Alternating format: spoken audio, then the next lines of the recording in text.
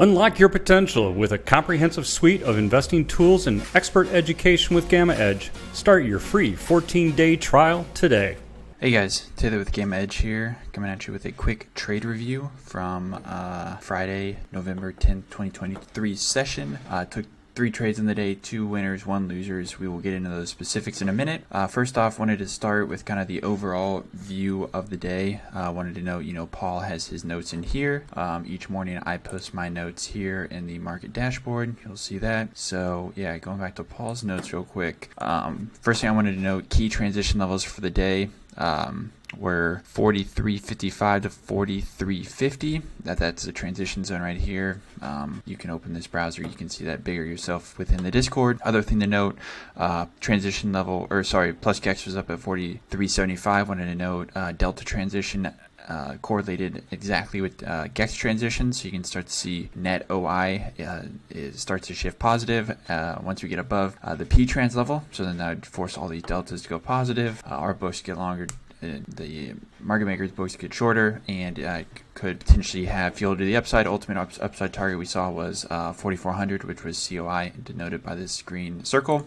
However, to contradict that, or contrast that, I should say, we did have a trending cumulative tick model. So my thought on the day was the 43.50, 43.55 was a key zone. Under that zone, my bias was just to be short, just given kind of the market action throughout the week and the tick itself. So that is the backdrop into the session. Now for the trades themselves, let's go here. So my trade log right here, I log just every trade that I take. So first one, this was a SPX, this was a short, this was a loser.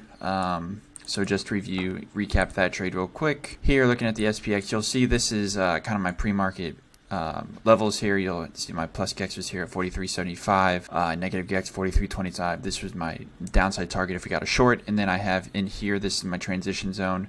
So I had 43.55 down to 43.40 was kind of a large zone. That 43.40, that just comes from other work I did, some other just delta transition zones, looking at SPXB, full complex and whatnot. But anyways, 43.55, this was the top of the transition zone. This was the big level. So if we look here, yeah, I really wanted to get short. Tick was not improving in the early morning session. We saw this kind of rejection. We were, kind of consolidating, saw a rejection right at the opening print for the day, unable to get below opening print. So if we can't get below opening print, then why is there reason to believe that we'll go higher? So this was a great setup bar, kind of a, hammer bar or whatever you want to. So the way I like to trade a 1 candle stop. So this was my signal bar, broke below. I went short with a stop above the signal bar. So yeah, got a nice move lower. However, shame on me, I was shorting above P-trans. So sure enough, P-trans hold. I eventually got stopped out for a loser. So whatever, not a big loss. Again, not smart move for shorting above P-trans, and kind of got exactly what was coming to. So next trade was SPX winner.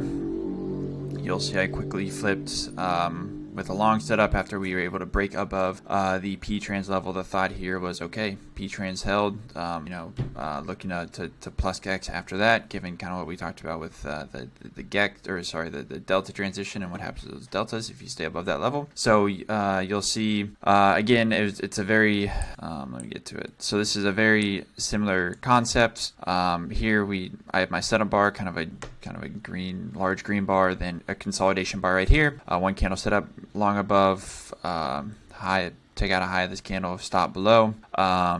Target was high of day. So again, that's just kind of a natural first kind of take profit level. So again, broke above here, had a nice kind of move push above opening print, so it's good. Now we're above opening print, saw a big green bar, then we got to high day, started locking in profits, then right around 43.75, which is my ultimate target for the day, which was plus GEX.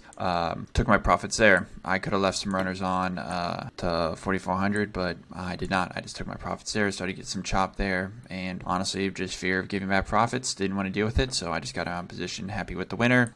This trade was 2 or 3 times my loser, so just need the importance of risk management. And then I took one more trade for the day. This was on the I traded Russell futures on this one. So the backdrop here is, let me see where I got into this trade. I got into this trade right here. Sorry, let me just, yeah, so it would have been actually been in this area. So here, I got out around here, except I saw that SPX was the rip higher, so 4,400. I was like, okay, maybe this is in play. Looking at the tick, this tick kind of bottomed intraday, which is good to see. We don't like to see a bottom right reversal right on the open, so I started to see that intraday trending higher. We're starting to see some filter tick buying coming in, so let me go back to the chart. Yeah, so here, really saw a lot of confluence around this low. I just have some VWAP, some simple moving averages, opening price for the day. This is kind of a VCP pattern if you're familiar with that. And so you can see, let me go back here, let me blow this up. Chart, yeah, whatever, I'd ever this. So yeah, you can see right here, just a really contraction and volatility. What I mean by that is just, you know, kind of the widths of the bar just getting smaller, smaller, and smaller. I mean, look at this inside bar here. This was my signal bar, so a break above with a stop below.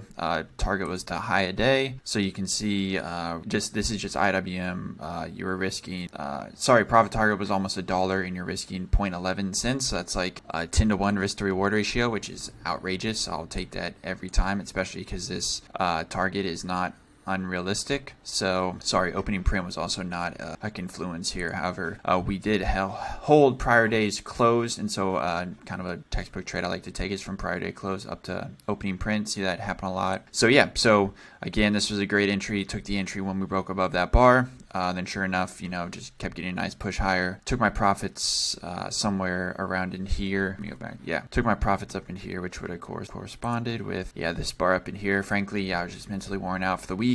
Again, fear of giving back profits. I'm not going to lie about it. So yeah, I could have held this higher as we march towards SPX 4,400. But you know what? I had a great day, had a great week, and that's good enough for me. Once I'm out of this trade, no longer my trade anymore. So honestly, don't care what happens after that. I'm happy with my trade, my execution, my plan. You know, planned it out, mapped it on the journal right here, came to fruition. So it's the way to do it. That's how I like to do it. So with that, hopefully this trade recap video was helpful, and have a good weekend. Talk to you later. Bye.